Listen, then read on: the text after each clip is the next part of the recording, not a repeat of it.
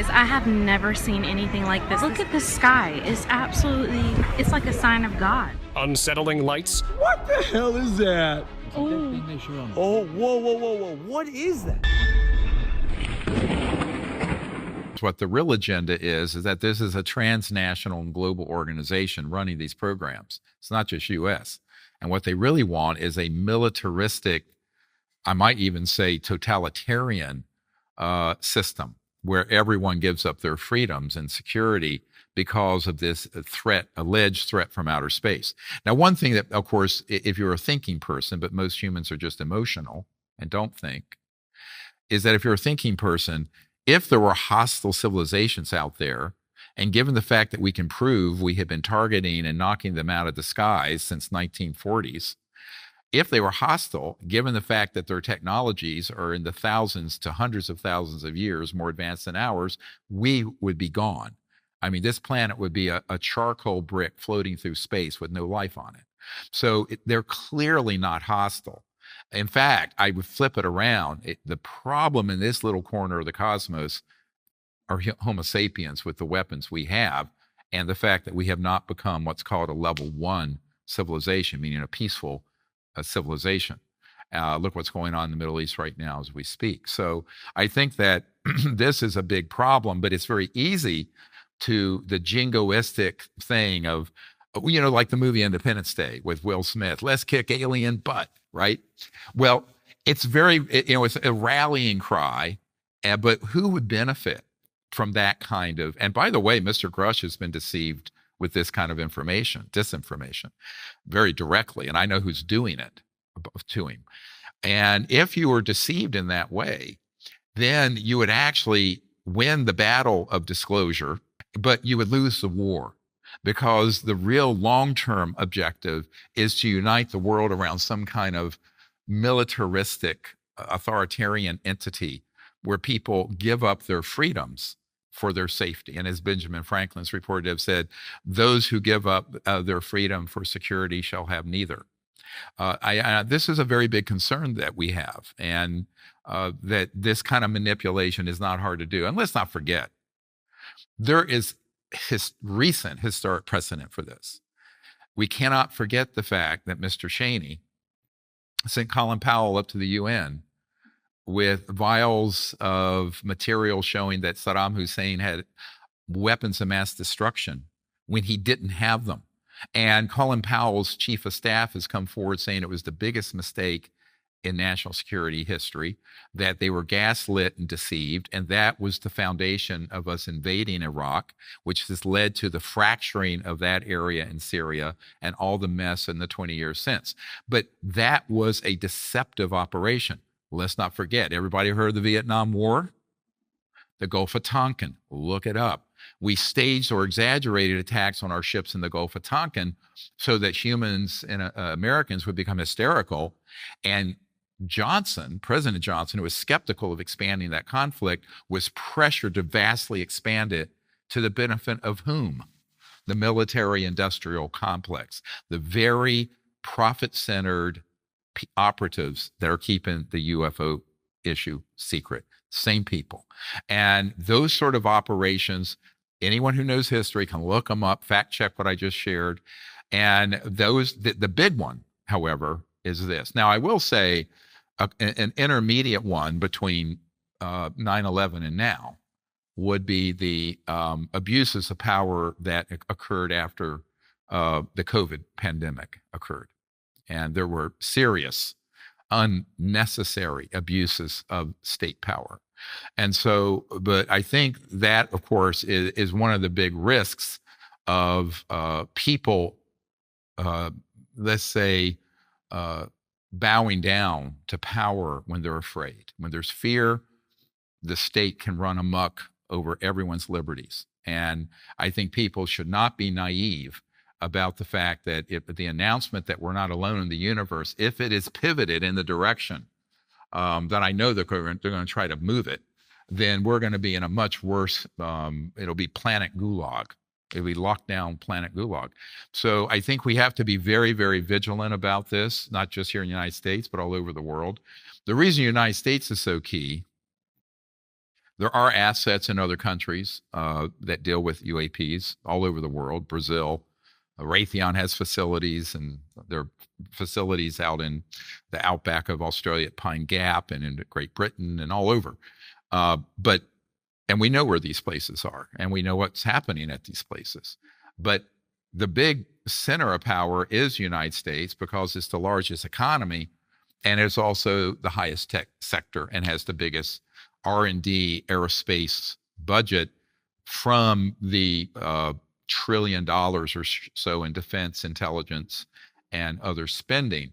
So let's say if there's a 10 or 20% misuse of funds out of that $1 trillion, that's 100 to 200 billion a year. And I think that'd be conservative of what's going into these illegal projects.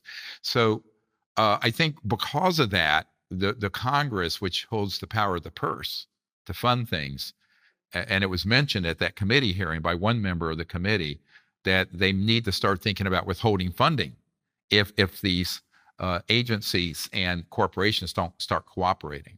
There is not a few industries. It's the pivotal lifeblood of the industrial world today, which is the energy sector, that would have to be completely retooled. And we're not talking a few billion. We're talking over $1,000 trillion. So the macroeconomics of this and are way beyond, a Tesla car, and way beyond something, a digital innovation. And this is why it has been kept so secret, because now there is one part of this technology that should remain secret. And I want to be very clear on this. The aspect of it that generates energy that would run your car or house, great, that should be brought forward.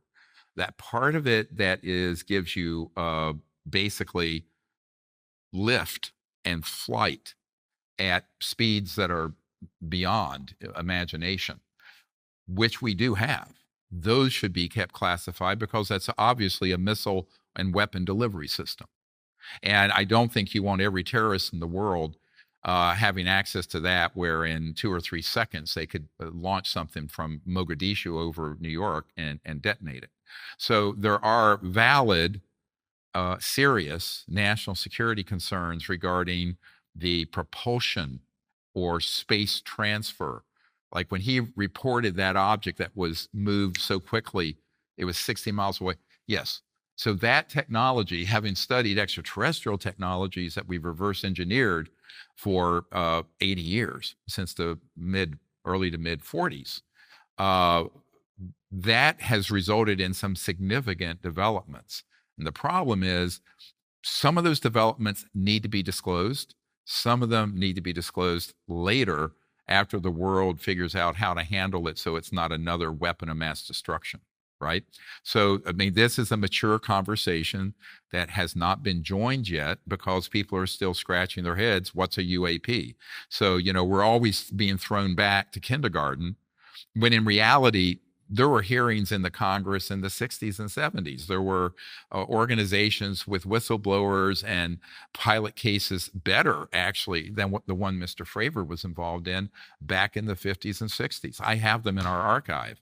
The question is, why do we keep wanting to go back and hit the rewind button, and it's sort of in a cul-de-sac going around a circle?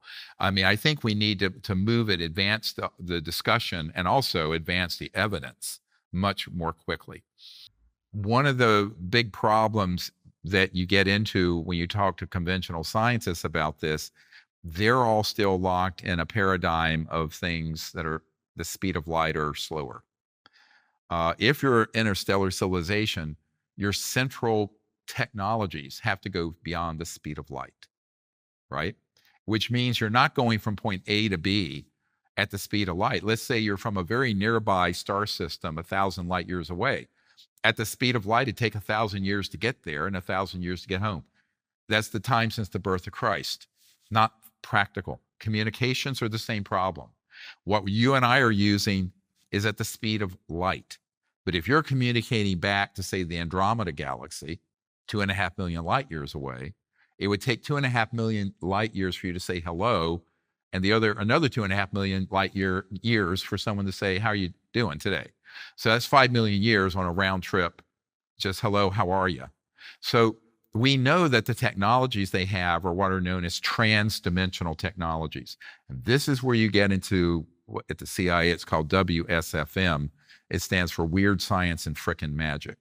At my uncle's old company, Northrop Grumman, it was just called PFM, Pure Fucking Magic, excuse my language, but that's what they called it. But it's these sort of very high voltage electromagnetic systems that allow for communication basically at the speed of conscious thought. Similar to what Neuralink's trying to do with Elon Musk, but without the wires. In other words, where there's a consciousness and thought interface with machine. And therefore, the communication systems are at the speed of a quanta or directed thought. So it's high tech. It sounds way out there, and it is. But you would expect, if it's extraterrestrial, it'd have to be way out there. It's not going to be early 21st century schlock like we're using. I mean, this is garbage, right?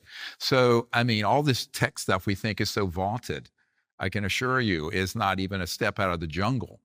One step out of the jungle, technologically, compared to these civilizations. So I think that having studied that, we concluded that you had to sort of create a series, sort of a scientific paradigm of how do you communicate with and what kind of phenomenon are you going to expect in contact, not with one of the fake man-made UAPs and aliens, but a real one. And the real ones are extraordinarily advanced in their technology, but also in their state of consciousness. Because my theory is that once a civilization reaches a certain point, what's called a level 1 civilization, where we're peaceful, we have these 0-point free energy systems, poverty is gone off the planet, people turn very quickly to the development of consciousness and intellect, and from a spiritual point of view, higher states of consciousness. I distinguish spiritual from organized religion, which are often diametrically opposite. But sorry to say to those of you who are religious, but that is something that I think happens naturally.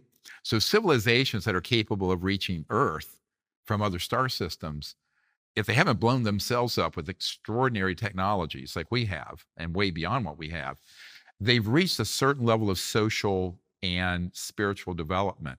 And so we have to calculate that into our paradigm. There's no question that there have been extraterrestrial encounters that go back for thousands of years, if not millions of years, on this planet. I have no doubt that there are artifacts that are under the ocean and other places that may exist. As to whether they're of extraterrestrial origin or not, again, I would have to see the data and the analysis on it. I know that there's a man I'm working with, or had worked with for years, out down there, the Redstone Arsenal in Alabama, Huntsville, who, when they would find such things, he would receive them. He was actually working for IT&T, but it was a contract from CIA to analyze exactly what Avi was talking about. And so I know people personally that I've been in his skiff, I've been in his lab. I know for a fact that there has been a program acquiring that kind of material for decades and studying them. And particularly if it's an intact object that looks like it has some technological function. This scientist, who is a physics and electromagnetic engineering genius that I've been working with, he would be asked to figure out how it worked, what it did, right? So yes, I mean, those sort of older artifacts exist. It's certainly not as dispositive or compelling to me as what's sitting right now under certain places like Dugway and Lawton, Oklahoma, and so-called Area 51, and these black sites near Edwards Air Force Base and other places where we have underground both man-made and extraterrestrial vehicles. ETVs is what they're called. By the way, no one uses the word alien. The bodies are called EBINs, extraterrestrial biological entities, is what we call them. So that is the fact. Now, it's not a bad avenue of exploration to try to find something that might be some debris in space or something that's been under the ocean for a long time. But I think what we really want to do is pivot towards the current operational systems and acquire those. Now, I don't know if the Congress, if you're aware of this, but the Senate passed and it's pending in the House, although that's all tied up because of this impasse with the speakership, a bill that would basically give amnesty for 6 months to these big aerospace industries and individuals that we've named to come forward with the bodies, the craft, the material, or they would then at that point, after 6 months, it's sort of an amnesty period, be subject to criminal prosecution. So I think that what we have to be prepared for, if in fact they do not capitulate and obey the law, they are going to need to have a law enforcement team stood up that has the capability to go to these sites and get them under control, legally, off, constitutional control.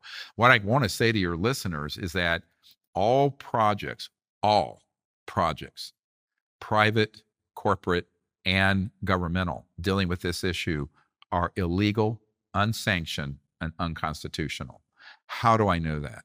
Because since 1993, I have briefed people like the CIA director and provided materials to sitting presidents and people on Senate intelligence and oversight committees for 30 years. And these are people who, if these programs were being run legally, they would know, because they're the people in the government constitutionally who are entitled to know. On the other hand, when they have made inquiries, they have been denied access or threatened. I know for a fact that there are members of Congress as well as members of the executive branch who, upon making inquiries, have been threatened. It happened to Bill Clinton. It happened to Jimmy Carter. It's happened to members of the House and the Senate that I know of personally from my briefings and involvement. So this is a intimidation tactic. And this is why I'm giving the message out. If you have worked in those projects, you think you signed a non-disclosure agreement that's binding, it isn't. The reason all non-disclosure agreements are vitiated and neutralized is because the underlying project that you worked in is illegal. Now, most people wouldn't know that. Let's say you're a 20, 30, 40-year-old guy working in a compartmented operation for the Skunk Works, Lockheed, or Northrop, or the military. You're just following orders, right? You don't know at the top that those projects are being run as a criminal operation, a RICO, and they are. And so until the U.S. government accepts that hard fact that we can prove in a court of law, they're going to not be developing the correct strategy. I talked to Congressman Burchett and Luna about this, going to Eglin Air Force Base. And gee, knock on the front door. Would you let us in and see the secret place here? Because they had heard there was, and there is.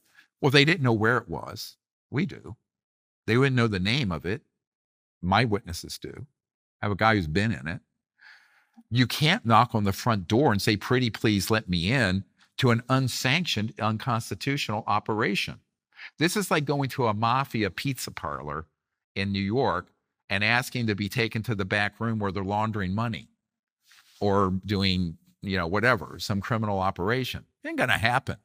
So there's a certain naivete in the Congress and the White House that's got to stop, because they're going to keep getting gaslit and diverted until they accept the fact that there is something very wrong here, and it's something smells in Denmark here, and that it's an illegal operation, and you have to treat it as if it's an illegal operation, because it is.